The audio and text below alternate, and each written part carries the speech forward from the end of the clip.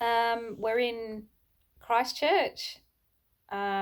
We cleared the camper van out, stripped it out, cleaned it, ready to put it back into storage, and washed all our clothes and our bodies, and generally got ready for the move to the North Island when it was announced that we had 48 hours to get out or find somewhere to stay for 4 weeks. So it was a little bit panic stations for a bit, made a few phone calls and didn't get anywhere. It's just bedlam, and it has been, for a week or so, with people trying to get out and the airlines and airports, and nobody's, been able to get in contact with anybody, or nobody knows what's going on, and everyone's trying to get out. And I just figured I don't have the energy to elbow my way into that. So, our flight's out for, 10 days. So we're not getting out. Ruby and I had discussed it already, and she's more than happy to stay here. And that was her choice from the start. And she was quite definite about that. Hasn't changed. My immediate instinct, I guess, when they say, you got to get out or you stay where you are, was to get home. But I don't kind of see the point, really. We fly to Melbourne, if we fly, to pick the car up to drive home, and we got to stop 2 weeks when we get to Melbourne to self-isolate, 2 weeks when we get to South Australian border to self-isolate, and then 2 weeks at the WA border to self-isolate. So it's going to take over 6 weeks to get home anyway, and there's a general travel ban, so our year of travelling is just gone to shit. So what's the point? My four-wheel drive trip that I was the highlight of the year is being cancelled, and I'm just so sad about that. I'm devastated. Like, so I think we've been pretty blessed in having actual choice about where we can stay.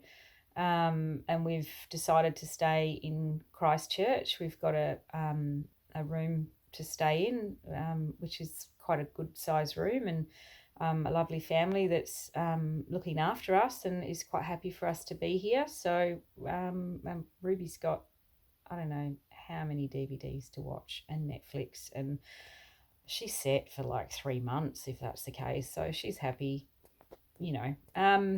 and the camper van that we were using needs a little bit of work. So I figured I'd earn my keep by mucking around with that, because I'm more than capable of doing that.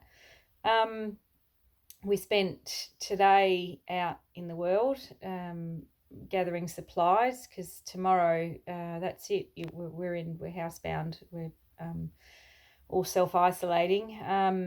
And it was just chaos out there. We went to go to a couple of shops, and 6 hours later, and a multitude of shops, because shops are just shutting down. I guess people don't want to put themselves at risk or their workers at risk, which is fair enough. So it took a bit longer, and it was just, the traffic was just horrendous. I'm so glad I wasn't driving, and I just wanted to get home. And now that I'm here, I'm quite happy, but I'm wondering, under house arrest, how long before, we'll get cabin fever and just want to go out into the world. I have plenty of books, and, Ruby has her schoolwork to do, and, TV to watch, and we've got Trivial Pursuit to play, and I got beaten last night, so I'll be definitely playing that again, and hopefully doing a little better is the plan.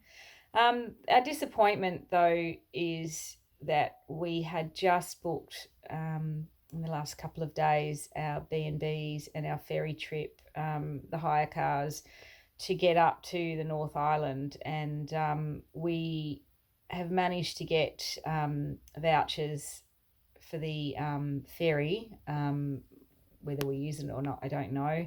But the B&Bs, we've lost all our money for. The hire cars, thank goodness, we just booked. There's no money there.